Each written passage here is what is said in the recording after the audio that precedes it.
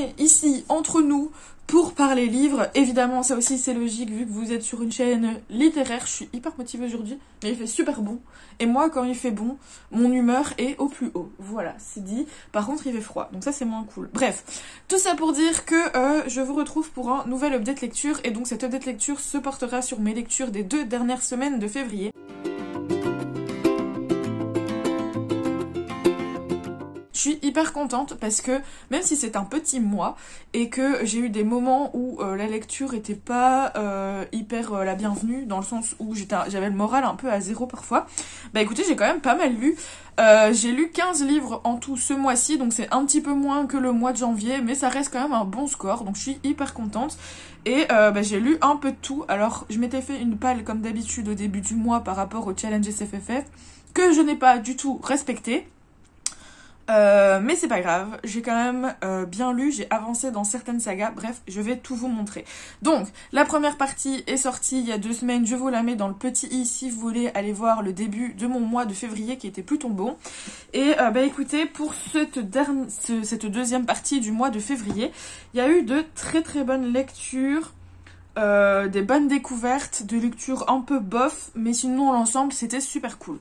Alors on va essayer de faire ça dans l'ordre. Du coup j'ai reçu de la part des éditions Casterman Souveraine de Laura Sébastien, donc c'est le premier tome de sa nouvelle saga qui sort donc le 2 mars, c'est-à-dire bah, du coup vous verrez moi je tourne lundi, vous verrez la vidéo mardi, il sort demain, donc mercredi pour vous. Bref, et bah écoutez, c'était génial, j'ai adoré, j'adore cette autrice que j'ai découverte grâce à la trilogie H-Princess, qui n'est pas la trilogie la plus incroyable du monde, la plus originale, mais j'avais adoré ce moment, c'était vraiment génial.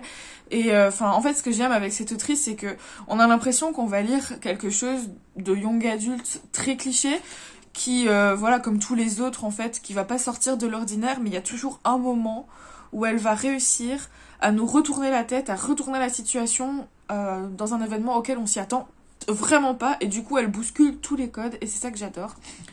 Ça n'a pas dérogé à la règle avec celui-ci, qui, en plus d'être magnifique, est génial. Vraiment, j'ai passé un super bon moment. Je voulais tellement, je vous jure vraiment, j'ai essayé. Je voulais vraiment le savourer.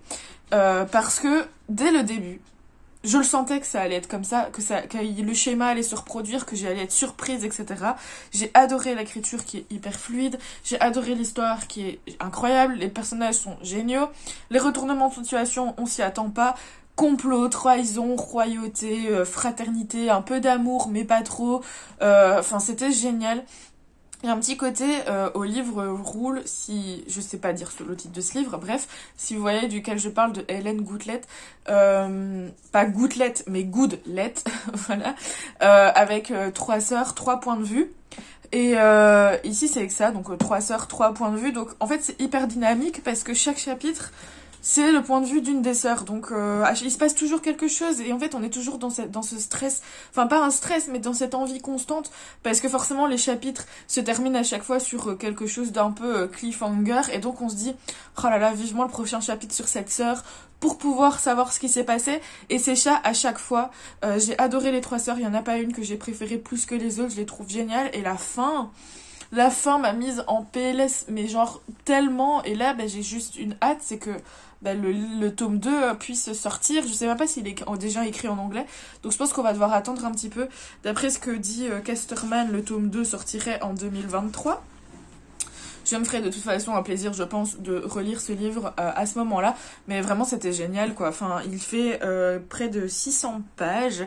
Et je l'ai lu en 2 matinées, je crois, parce que j'arrivais pas à le lâcher, quoi. Donc, moi qui voulais le savourer, si vous aimez ça, donc royauté, complot, trahison, fraternité, un petit peu d'amour, mais pas trop, des retournements de situation, une fin qui vous mettra en PLS, une écriture fluide, qu'est-ce que je peux dire d'autre, une couverture super belle, et voilà, des personnages géniaux. Enfin bref, si vous aimez ça, le young adulte, mais qui n'est pas dans les clichés, foncez pour Souveraine parce que c'était génial. Sur ce, sinon, j'ai lu et terminé forcément un recueil de nouvelles qui était prévu dans le cadre du challenge SFFF, et donc c'était celui-ci, La mythologie viking, écrit par Neil Gaiman, que Zozo a croqué. Apparemment elle aime bien la mythologie nordique. Je ne connais pas enfin je suis pas hyper familière de cette mythologie là, je connais un peu les bases, je veux dire, je pense les bases que tout le monde peut connaître, mais je suis pas hyper experte là-dedans. Et Neil Gaiman, c'est un auteur dont j'entends beaucoup parler, que je n'ai jamais lu, et je me suis dit, bon bah voilà, c'est l'occasion, vu que c'était une recommandation pour le challenge, et du coup c'était l'occasion pour moi de découvrir l'auteur, et en plus un peu plus de la mythologie viking, et c'était vraiment très très bien. Après, pour ce qui est de la découverte de l'auteur, je ne peux pas dire que je peux pas dire que j'ai vraiment découvert son écriture, parce que comme je connais pas la mythologie nordique, je ne sais pas ce que lui a rajouté ou a apporté en plus à ces petites histoires.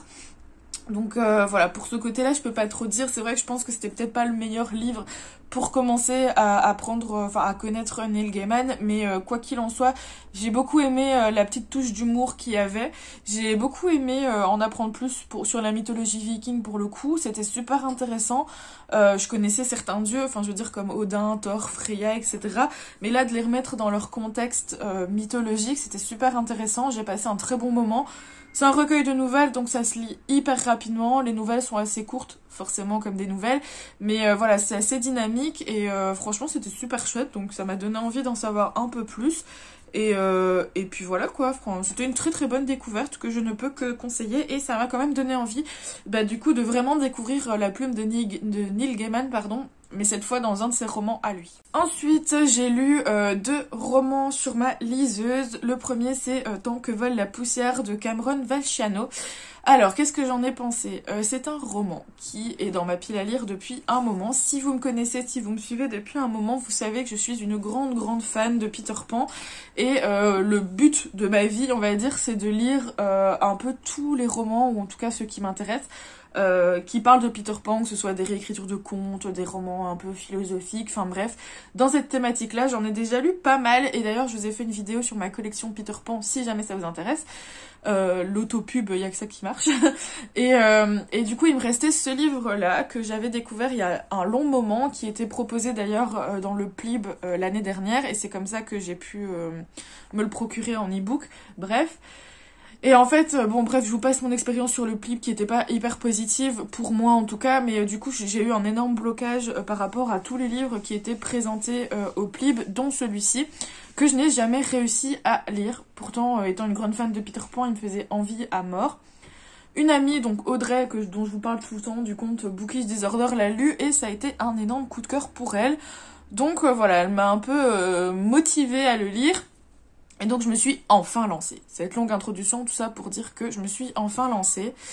Et écoutez, ça a été une déception. Alors, donc c'est une réécriture du conte de Peter Pan, mais on est du point de vue de Wendy et du Capitaine Crochet, donc ça se situe 20 ans après les faits du Pays Imaginaire. Wendy a une fille qui s'appelle Jane, donc ça se rapporte aussi au Peter Pan 2 de Disney. Tous les ans, Jane part avec Peter Pan au Pays Imaginaire, vu que de toute façon Wendy est adulte et donc ne peut plus y retourner.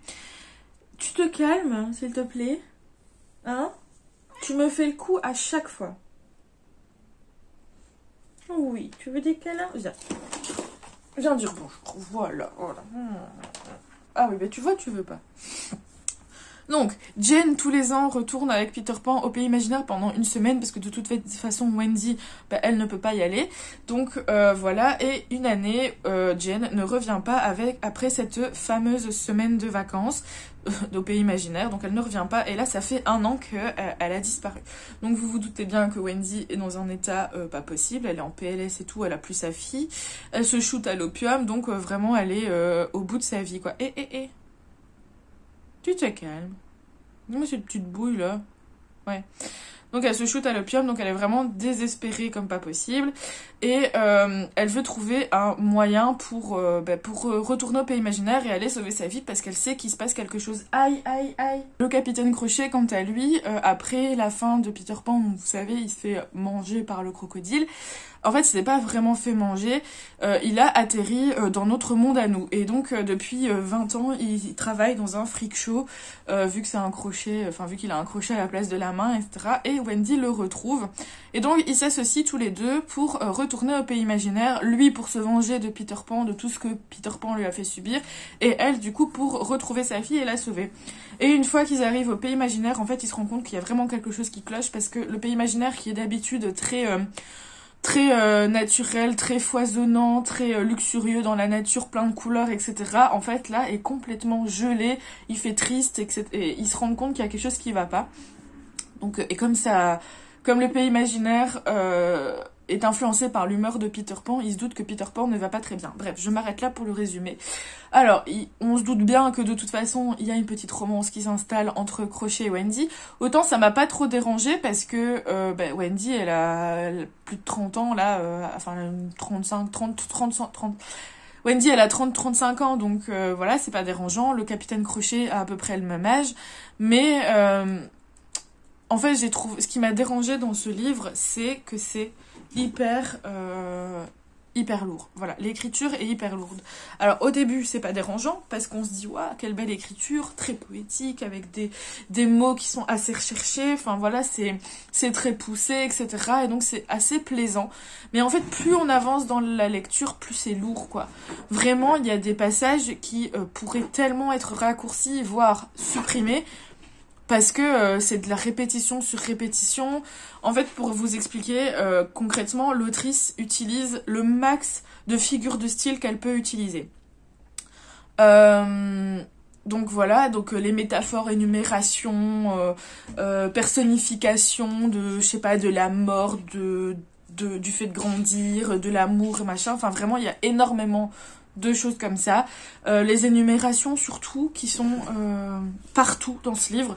Sur une phrase, je pense qu'on a 4 adjectifs mis à la suite, donc une énumération quoi, pour décrire quelque chose. Une répétition énorme de certaines choses. Par exemple, le capitaine Crochet est décrit comme un homme avec les yeux couleur myosotis.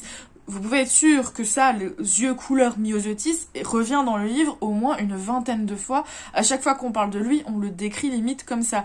Et comme c'est pas une description commune, on va dire, que c'est quand même très très précis, ça se ressent en fait que c'est lourd. Enfin voilà, et tout le temps comme ça, c'est vraiment au fur et à mesure du roman, je n'arrivais plus à passer au-dessus. En fait, il y a des moments où je me disais mais est-ce que c'est vraiment utile? J'ai compté une fois, en un paragraphe, il y avait 5 énumérations différentes. Donc voilà, c'est ça qui m'a très déçue, c'est ça qui m'a surtout déçue parce que finalement, au début, ça partait super bien et plus j'avançais dans le récit, plus il y a des moments où je passais des passages, je les lisais même pas, et ça ne gâchait pas ma lecture parce que c'est des passages qui étaient pour moi un peu inutiles dans le sens où ça n'apportait rien au récit. Il y a énormément de moments assez calmes, de discussions entre les personnages sur plein de sujets super intéressants comme la vengeance, l'amour, le fait de grandir, qu'est-ce qu'il y a d'autre, enfin voilà, tous les thèmes, la mort, etc. Tous les thèmes un peu importants autour de l'univers de Peter Pan. Mais et en fait, même ces moments-là, ils m'énervaient parce que ça n'en finissait jamais. C'était une surenchère dans les dialogues de phrases philosophiques, de phrases psychologiques, etc., dans la lourdeur et tout. Et au final, c'était gnangnan, quoi. Je me suis pas du tout attachée au personnage, alors que, enfin, c'est quand même un univers que j'adore, que j'affectionne. Voilà, j'ai pas... Et pourtant, les caractères des personnages n'étaient pas hyper différents de ce qu'on connaît. Enfin, je veux dire, Wendy, si, parce que forcément, elle était plus âgée. On a tout un côté avec Peter Pan qui a un problème, qui en fait grandit un petit peu. Et donc, ça casse tout son délire à lui qui ne veut pas grandir, etc. Et c'est super intéressant. Pareil pour Crochet qui a quand même changé, qui est dans cet esprit de vengeance, mais qui change un peu d'état d'esprit quand il rencontre Wendy. Mais donc les caractères sont pas hyper différents, même s'il y a d'énormes changements, mais ces changements sont pas dérangeants, parce qu'ils sont bien amenés. Mais en fait, ouais, c'est l'écriture qui est beaucoup trop lourde en fait, et du coup je me suis pas du tout attachée à eux. Je me suis complètement désintéressée à un moment donné à l'intrigue, vraiment. Un moment je l'ai même oublié, je me suis dit mais en fait pourquoi ils sont là? Et oui, c'était pour venir chercher la fille de Wendy, qui passe un peu à la trappe aussi quant à elle. Mais ouais, non, je me suis complètement désintéressée de tout ce qui se passait. Et alors la fin, honnêtement, franchement, elle est hyper touchante. Vraiment, la fin, elle est hyper touchante, elle est hyper mignonne, elle est hyper émouvante. Et je pense que dans un autre contexte, si j'avais réussi à plus m'intéresser à l'intrigue et au personnage, je pense que j'aurais versé ma petite larme. Mais là, en fait, j'ai même pas été émue par cette fin ou quoi que ce soit. Parce que j'étais trop contente de terminer le livre, enfin, et de me dire, ça y est, je peux passer à autre chose, parce que c'était trop long, quoi. Donc voilà, une grosse déception pour ça, ce qui est hyper dommage, parce qu'on sent le potentiel. Je trouve que l'autrice, elle a quand même bien géré la réécriture de ce conte-là. Il y a des passages qui sont hyper intéressants dans la réflexion, mais tout est gâché par cette envie d'en faire trop, cette opulence de figures de style. On passe à ma deuxième lecture e-book qui est le tome 1 des Chroniques canines. Donc c'est Givre enflammé, je sais plus le titre, bref, je vous mets la photo ici, de Amanda Hawking. Ça faisait un moment aussi que je l'avais sur ma liseuse, je ne sais plus du tout où je l'ai vu ce livre, bref, enfin cette trilogie. Et en fait je l'ai lu parce que toujours dans le cadre du challenge SFFF, qui est donc dans le thème de l'hiver, etc. J'ai vu la couverture, je me suis dit, ça devrait rentrer. Effectivement, ça rentrait parfaitement dans le challenge, et franchement, c'était plutôt pas mal. Alors, honnêtement, je vais pas m'attarder dessus 20 ans. Ça casse pas trois pattes à un canard, c'est pas hyper original, c'est pas... voilà, c'est... du fantastique, oui, parce que ça se passe dans notre monde, mais c'est du fantastique très young adulte, basique, voilà, rien de fou... les personnages sont pas originaux, mais ils sont attachants. En fait, ça fonctionne bien, sans être très original. La seule chose que je peux dire qui est assez originale, c'est qu'on parle d'un peuple de trolls. Bon, c'est pas les vieux trolls comme dans Harry Potter dégueulasse, mais c'est des trolls, qui ressemblent à des humains, mais c'est quand même le peuple des trolls, et ce qui est assez intéressant parce que c'est la première fois que je lis, à part Trollhunter de Guillermo del Toro, mais c'est un des premiers livres que je lis avec ces créatures mises en avant. Donc c'est super cool. On est dans une histoire classique de trahison, de complot, de peuple qui doit se cacher des humains, enfin bref, c'est super cool. J'aime beaucoup, je passe un bon moment, donc là je suis en train de lire le tome 2, doucement mais sûrement, et franchement ça passe super bien, donc voilà, rien de plus à dire, c'est agréable. On va commencer par celui que j'ai pas trop aimé. Je me suis lancée dans l'intégrale de Leylan de Magali Segura, publiée chez Brajlon. Donc en fait pour les 20 ans de la maison d'édition, ils ont sorti plusieurs intégrales au modeste prix de 10 €. Donc comment vous dire que j'en ai acheté quelques-unes, enfin en tout cas j'ai pris celle surtout qui m'intéressait, et Leylan en faisait partie. Déjà je trouve que la couverture est vraiment trop belle. Alors, comment vous dire, en fait, c'est pas que j'ai pas aimé, c'est que je suis hyper perturbée par ce livre. Je suis vraiment très mitigée. Donc, c'est une trilogie, et c'est... Oui. J'étais super emballée de le lire parce que le résumé est hyper prometteur. Enfin, on nous parle de destin tragique, d'exploits, d'identité cachée, un drame affreux qui frappe la famille royale, notre héros qui devient un justicier, enfin bref. Ça avait l'air vraiment trop bien. Après, j'en attendais pas grand chose. J'étais contente de découvrir une trilogie fantasy dont je n'avais jamais entendu parler. Voilà, alors, ce que je reproche, entre guillemets, les remarques que je vais faire, en fait, peuvent clairement s'appliquer aux 3 tomes de ce récit. Déjà, je pense que le mieux, c'est de pas le lire en tant qu'intégrale, mais en tant qu'un seul tome unique.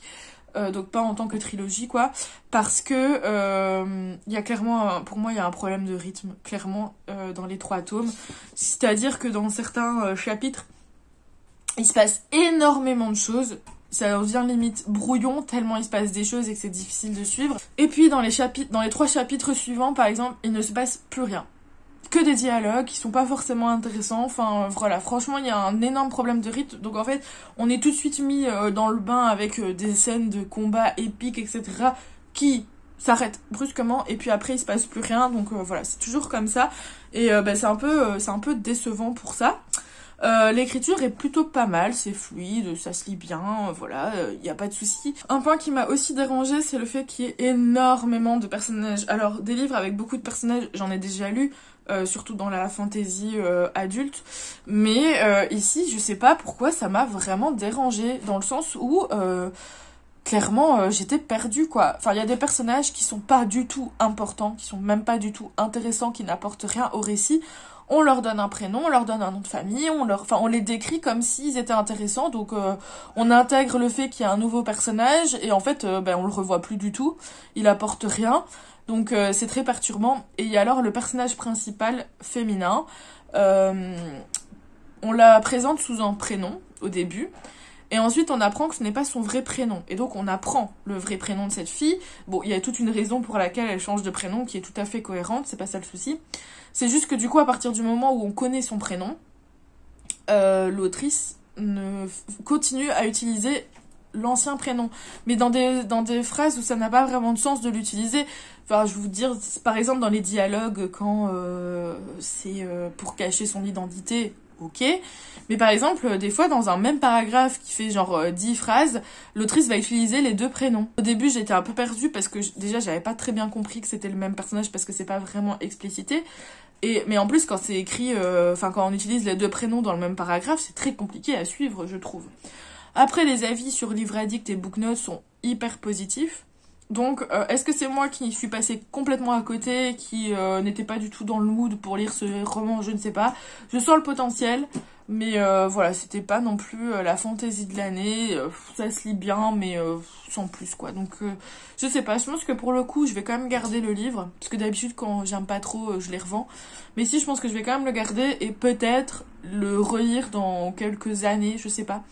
Voir si mon avis a changé, peut-être que je le découvrirai d'une autre manière, mais ouais, un peu mitigé. En plus, les personnages sont un peu clichés, quoi, genre tout bien, tout mal, mais il n'y a pas entre les deux. Je comprends que ça plaise, moi, voilà, pas trop. Et ensuite, le prochain livre que je vais vous présenter, c'est un tome 2, qui est donc le tome 2 de L'Ours et le Rossignol, La fille dans la tour de Catherine Arden, publié chez Folio SF. J'avais adoré le tome 1, vraiment beaucoup. Ça n'avait pas été un coup de cœur, mais j'avais beaucoup aimé. Faut savoir que c'est une histoire qui est très contemplative. On est fort dans les paysages, dans la mythologie russe, etc. Il se passe pas grand-chose, c'est beaucoup ça prend son temps, en fait. C'est un récit qui prend vraiment, vraiment son temps. Mais le tome 1, ça m'avait pas dérangé plus que ça, parce que je pense que j'étais dans le mood à ce moment-là de lire ça. Ici, je pense que je l'étais pas du tout. J'avais envie de lire des choses qui bougeaient. Et en plus, je pense que je l'ai lu directement après... je l'avais commencé directement après le tome 1 de Kings of Scars, qui avait déjà été une déception. Et donc, clairement, j'étais pas dans le mood pour lire ce tome 1, ce tome 2, ce qui fait que j'ai mis du temps à le lire. Enfin, en fait, je l'ai mis en pause à un moment donné. Quand je l'ai repris, je l'ai terminé très très rapidement. Parce que ce qui était assez paradoxal, c'est qu'il y a des moments où je m'ennuyais quand même pas mal, mais j'avais quand même pas envie de le lâcher. J'avais quand même envie de continuer et de savoir. Donc, c'est pour ça que je dis que je suis un peu mitigée par rapport à ce livre, parce qu'on peut pas dire que je l'ai pas aimé. J'ai pas eu envie de l'abandonner une seule fois. Mais clairement, c'était un peu long pour moi, certains passages. Surtout que finalement, toute l'action se déroule à la fin. Et là, c'était super intéressant, mais c'était long à y arriver, quoi. Je sais que voilà, faut aimer... si vous aimez les récits qui prennent leur temps, contemplatifs, etc., franchement, foncez, parce que ce serait vraiment pour vous. En plus, l'écriture est vraiment belle. Ça se passe dans un univers, dans un univers, une mythologie assez originale, donc la mythologie russe, etc. Mais voilà. Je voulais enchaîner avec le tome 3, mais je vais pas le faire parce que je suis pas du tout motivée. Je le lirai dans tous les cas, parce que j'ai quand même envie de savoir comment se conclut cette trilogie. Mais pas tout de suite. Voilà. Et aussi, il y a un truc qui m'a un peu déçue, c'est que donc on a dans le tome 1, on a tout ce côté un peu fantastique, magie, etc. avec les différentes créatures de la mythologie russe. Et dans celui-ci, en fait, on les rencontre pas tant que ça. Donc c'était un peu décevant aussi, on perd un peu ce côté magie, fantastique. Mais bon, bref. C'était bien, mais sans plus. Je reste un petit peu sur mes gardes avec ce livre. Enfin, pas sur mes gardes, mais je reste un peu sur mes réserves, on va dire. Et enfin, je vais vous parler de la deuxième plus belle découverte de ce mois de février pour clôturer cette vidéo. Il s'agit du tome 1 des Mémoires par Lady Trent. Donc ici, une histoire naturelle des dragons, écrit par Marie Brennan et publié chez La Talente. C'est un roman. Enfin, c'est une saga de 5 livres, si je me trompe pas. Oui, c'est ça, ils sont tous là. Donc c'est un roman que j'avais vu depuis déjà un moment, qui attendait patiemment dans ma wishlist. Et je comptais de toute façon l'acheter parce que mon travail de fin d'année pour mes études de bibliothécaire, le thème c'est les dragons, donc je voulais l'acheter pour pouvoir le mettre dedans, bref. Mais c'était pas prévu maintenant. Sauf que j'ai vu des stories passer, notamment les stories de Rémi de l'encre de la magie sur Instagram qui l'a lu et qui en a parlé très très bien. Et du coup, voilà, j'ai craqué. J'ai d'ailleurs acheté également le tome 2, mais je vous l'ai montré dans mon book haul de la semaine passée. Et en fait, je l'ai à peine reçu, je l'ai à peine acheté, à peine reçu que je l'ai lu immédiatement parce qu'il me faisait terriblement envie et j'ai adoré. C'était trop trop bien. Ça m'a fait penser un petit peu au livre de Julie James, donc Les Tribulations d'Eleanor Grant.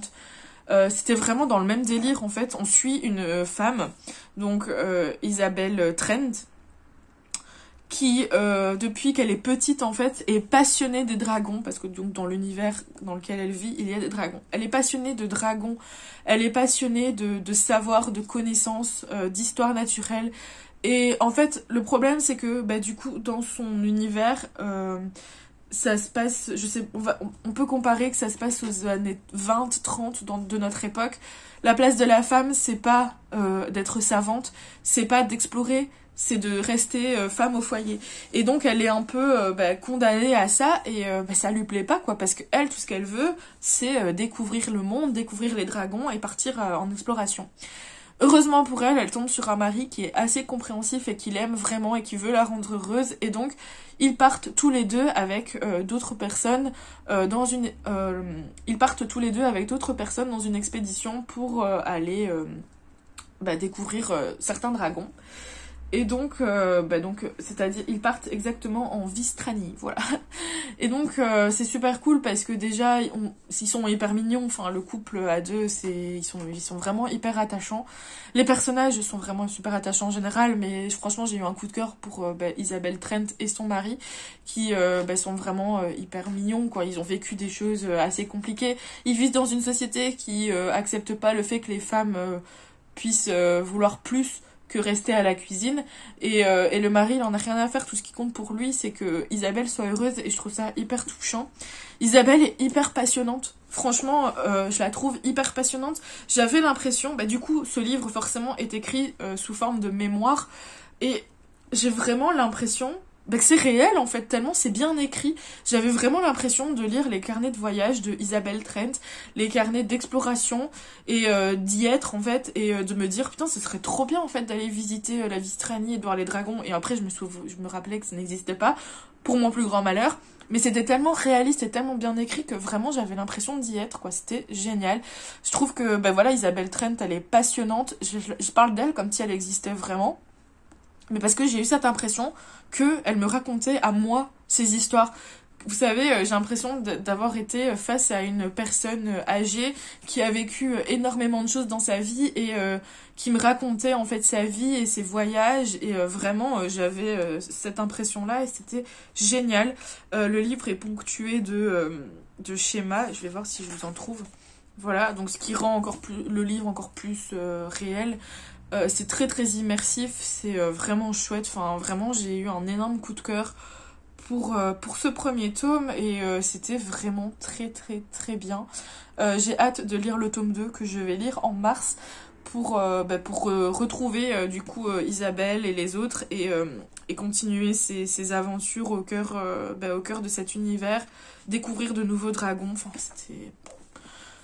Franchement, je sais pas quoi vous dire, c'était génial, quoi. Enfin voilà, si vous aimez les livres style carnet de voyage, récits d'enseignement, je sais pas comment expliquer, comment qualifier ce roman, mais c'était vraiment très très bien. Il y a un seul mot qui pourrait décrire ce roman, c'est passionnant. Voilà, c'était passionnant. Voilà, écoutez, voilà, hein, c'était un plutôt bon bilan, on va dire, avec 2 lectures où je suis un peu plus mitigée.